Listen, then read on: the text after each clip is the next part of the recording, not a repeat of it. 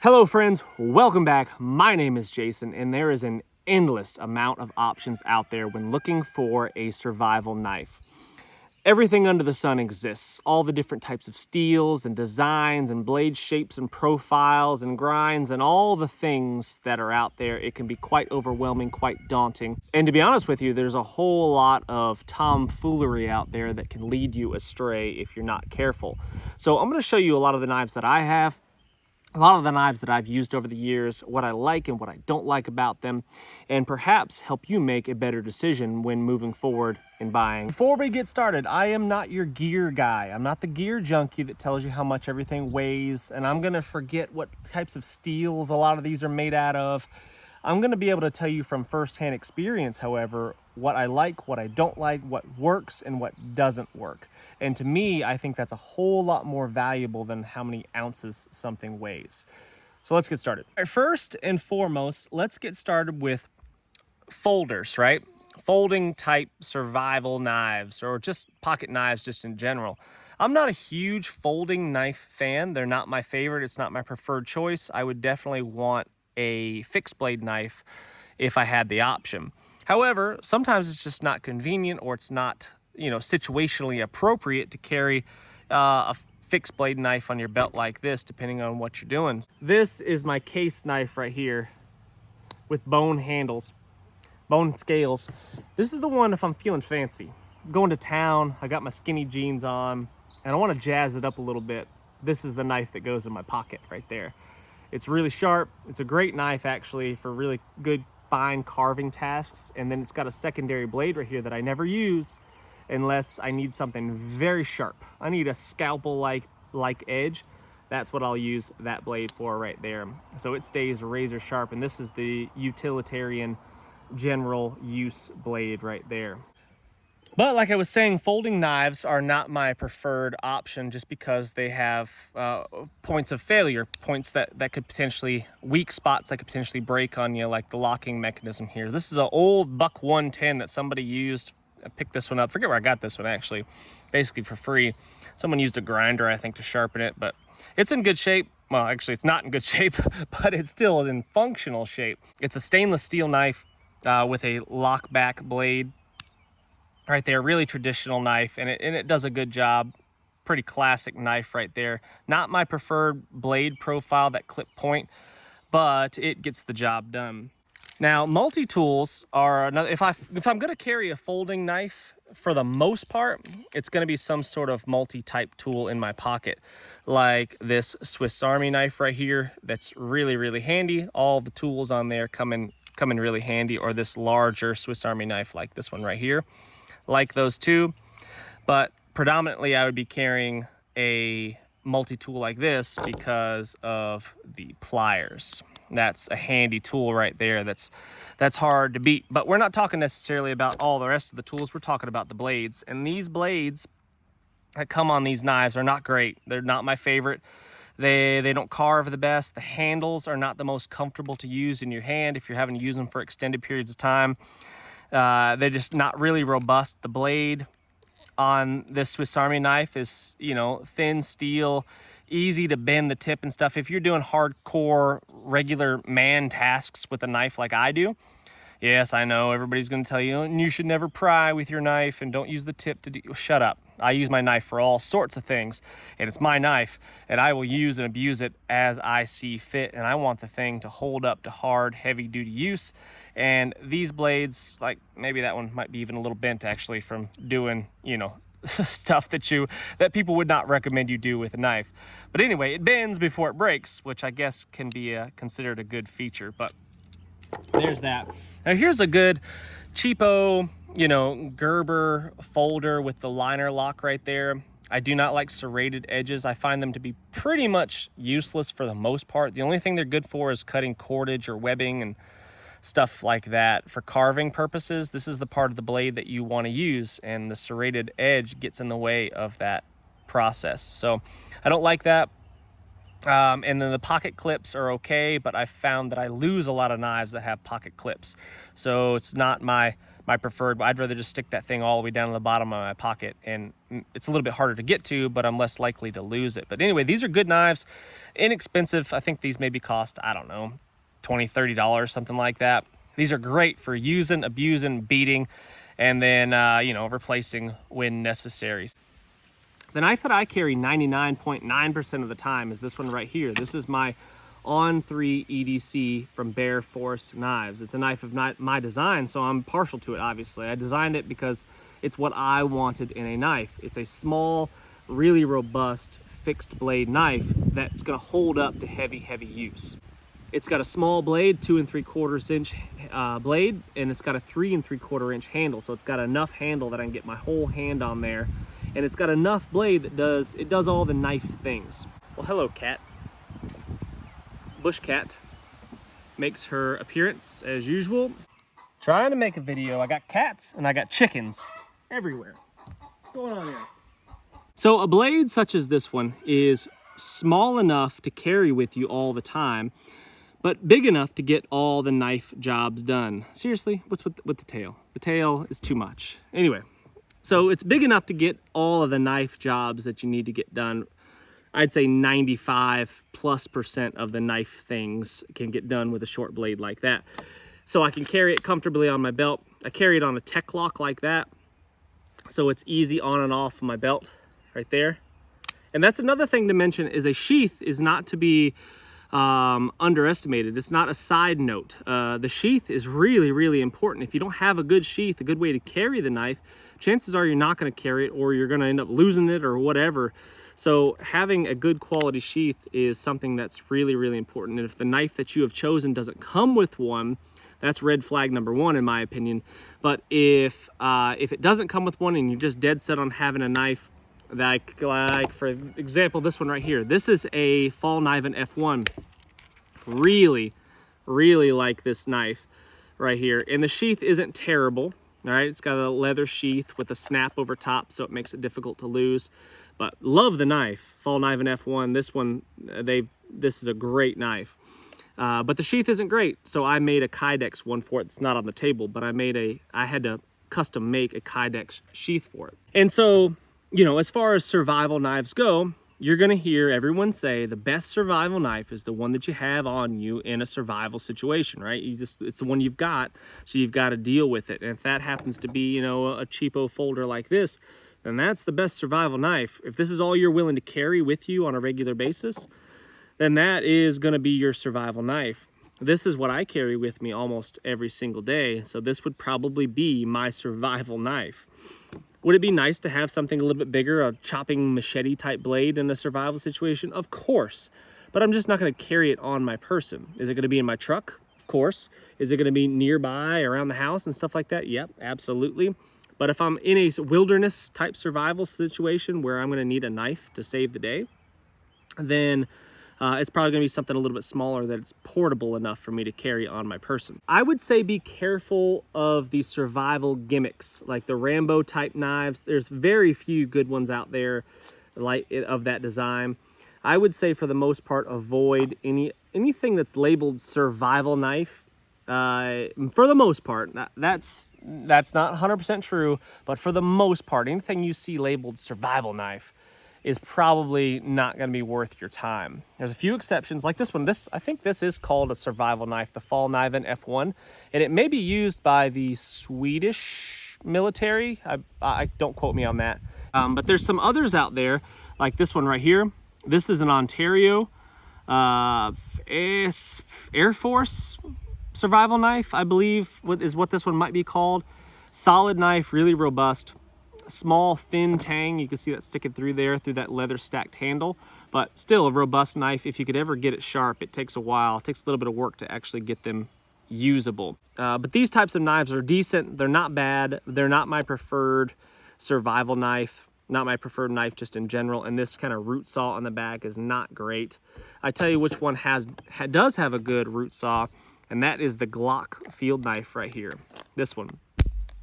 This root saw on the back of that knife is actually quite good. And if you are, you know, using this thing to entrench yourself into some sort of hole somewhere and you need to cut through some roots or whatever, or you just need an impromptu saw to get through something, this actually works quite well. And these knives are actually good. I do like the Glock field knife here.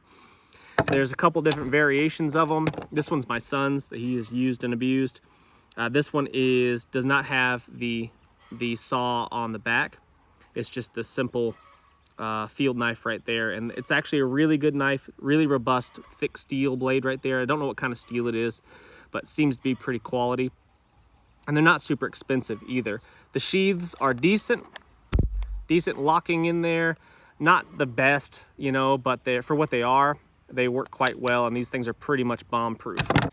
Here's another survival knife that's actually pretty decent for a little guy. I don't mind some of the survival stuff out there as long as the gimmick doesn't outweigh its actual practical, usable application. This one is not gimmicky. I mean, this is an actually really good knife. It's a good solid little VG10 knife right here. The handle isn't bad. I would say it's a little bit small and a little bit thin, you know, for heavy duty use, and it's going to kind of might be a little bit more difficult to hold on to. But other than that, that's a pretty solid little deal right there. The sheath is well thought out. It's got a ferro rod attached to it. It's got a small little sharpening stone right there, which does work. Not my preferred way to sharpen a knife, but in a pinch, it definitely will bring the edge back. And then it locks in, snaps in quite well. It's got good retention, and it's got a signal whistle on the back of the knife right there. A high visibility orange too. If you should drop the knife, you'll be able to spot that thing. So I actually kind of do like that knife right there from Outdoor Element. This one is called the Scout Feather. It's a cool little knife. So if you're looking for a survival knife in a small package right there, this one isn't bad. Good choice. Here's another one, really nice knife. This one right here has a built-in ball bearing system right there to be used as the bearing block for a hand drill fire, for friction, or not hand drill, sorry, bow drill fire, friction fire. And it works really well. Now, is it necessary to have a built-in, ready to go bearing block in the handle of your knife because you're planning? I mean, this is if you're planning on doing bow drill fires on a regular basis. For a survival, I mean, if you have this much forethought to have that in your knife, you're going to have so many multiple different ways to start fires on you anyway. I feel like, you know, I don't think it's a gimmick. It definitely works. I mean, it's amazing how well that works. It's just, I don't know if it's quite necessary to have that in the blade of your handle. However, this is an amazing knife. This is a really good knife. This is the Tusk from Dozer Knives out of Arkansas. This knife was designed by Matt Tate, really good dude out in Arkansas, and this is a great knife. And the sheath that it comes with is quite good as well. I put the wrapping on there, the bank line cordage on there. But this is a really, really good knife. A little bit higher end, it's going to cost you a few dollars, but this is a very high quality knife right there, and I like the size of it a lot. I like the design. Very, very good knife right there. Now, there's some knives out there that have very specific designs for very specific purposes, and for a survival knife, that's probably not what you want.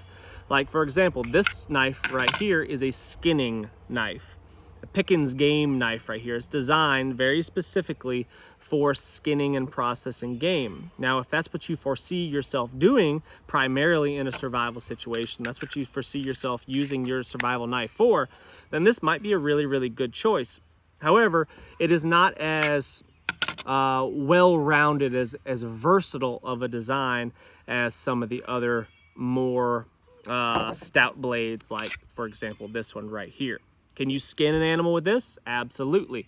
It has a hardened edge on it, so it will stay your razor sharp a little bit longer, but it might not hold up quite as well to, you know, your wood carving, chopping, hacking type tasks. So, but yeah, so you might not want a very specific, you don't want to take a fillet knife out in the woods as your survival knife because it was designed to fillet fish. and won't work quite that well for a lot of other tasks. A knife such as this one, this is the Simple from Bear Forest Knives. I have a lot of Bear Forest knives because I work with the company closely, so you're gonna see quite a few of those, but this knife is excellent. This is a very simple, it is titled The Simple. It's a very simple, very robust, very utilitarian knife, and it will serve the purpose. Whatever you need a knife to do, something like this will work quite well. This one's got a flat grind with what appears to be a convex edge. A convex edge means it's just a little bit rounded like that, and it's not straight like this. This is going to be a more robust, stronger edge, and it's going to hold up to hard use. It's going to last a little bit longer before it needs to be resharpened.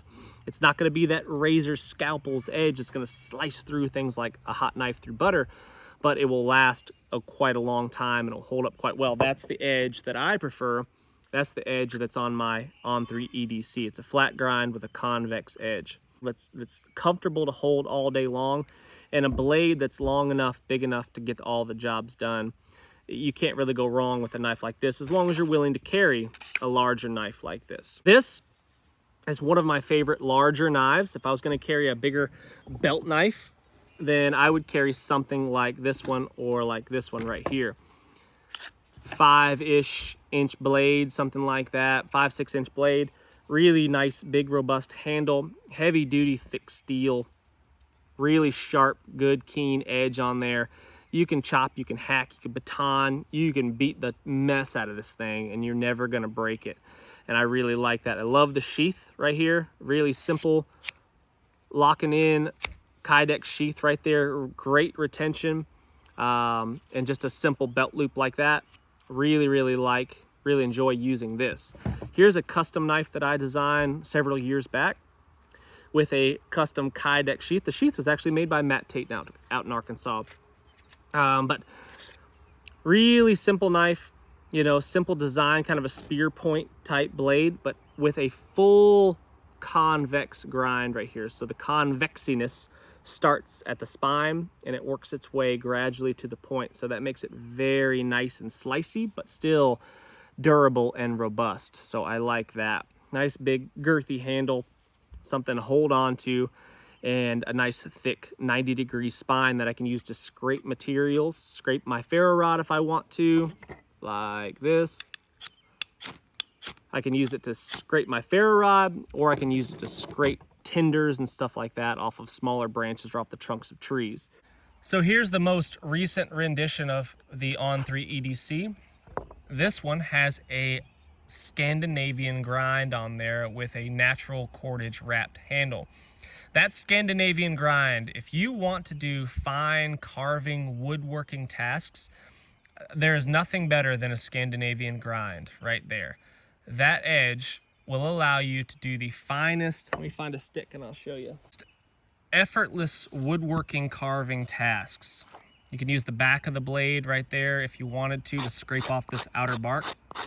If I'm wanting to make feather sticks for my fire, or I need to make some small notching, some sort of trap or something that I want to make, pieces to a shelter, or what, you name it, whatever. If I need to do wood crafting, that Scandinavian edge is hard to beat. There's just nothing more precise, nothing finer than that. It will do a much better job than a convex edge like that is on the standard EDC knife right here. This will do the job, definitely will do the job. It's just not as keen of an edge for woodworking tasks. It will hold up longer, it will stay sharp longer, and will get the job done. If I'm prying paint cans and using it for a screwdriver and I'm cutting, who knows what I'm doing. I was cutting insulation with it the other day. Who knows, it'll just hold up longer and last a little longer than this will right here. But if you want something that's gonna do really good carving job, a good carving job, then this is gonna be pretty much impossible to beat. So I do like Scandinavian grinds for that reason, but it's not my preferred for an everyday carry type knife. But for a survival knife where I foresee myself doing a lot of woodworking, you know, Scandinavian grind's not a bad choice though, like a lot of the Mora knives. The inexpensive Mora knives, listen, those are great blades. They have been time tested and proven over the years, and they have gotten the job done for a lot of people for very little money. Now, I should definitely discuss the type of steel. The type of steel matters. While I'm not the gear junkie steel guru, it does matter though. If you're going to be in and out of the water a lot, if you live near the ocean where you're going to be in contact with salt water, you're probably going to want some sort of stainless type steel, because a high carbon steel is going to rust away really fast in that type of environment, unless you keep some sort of oil or grease on it all the time. Other than that, however, a high carbon steel, in my opinion, is going to be the way to go, because it's just going to be, they're the best. It's going to be easier to sharpen. It's going to stay sharp for a long period of time. And just a high carbon steel is just a good quality steel. So, and chances are, for the most part, you get what you pay for as well. So a cheap knife is going to have a cheap, low quality steel. A more expensive knife, for the most part, is going to have a higher quality steel. But again, I would go for something like a 52-100 or a 1095. That kind of steel is going to be what I would look for. I like 52-100. 1095 is a good base steel. Your typical bushcrafty knives are going to come with that. And that is a solid option for sure. How much money do you need to spend on a knife to get something worthwhile? It depends. It depends a lot. Like I was saying, the more knives, more companions, they're very inexpensive. They could be had for, I don't know, $20, something like that. I forget what they cost now. It's been a while since I bought one, but they're not very expensive. They're very inexpensive, and they work quite well for what they are. The steel is not as good. It won't hold up quite as well as some of your, like the steel on this knife right here. This is going to be a higher quality, stronger, more robust steel. But you're going to pay for something like this. This knife is probably $100, you know, give or take. And if, in my opinion, buy once, cry once when it comes to knives. I'm not a collector. I don't collect knives for the sake of collecting them and just holding on to them. Everything that I have, I use, or I have used significantly. I've used a lot. So if I'm going to invest money in it, like this is one of the first survival knives that I ever purchased, this fall knife in F1. When I was, I don't know, maybe, I was probably still a teenager actually when I bought this knife. If I remember right, I was probably still a teenager when I bought this knife. And I really weighed out my options. I looked at a lot of different catalogs and stuff, and shopped around a ton to figure out which knife was the one for me, and this one was a really good choice.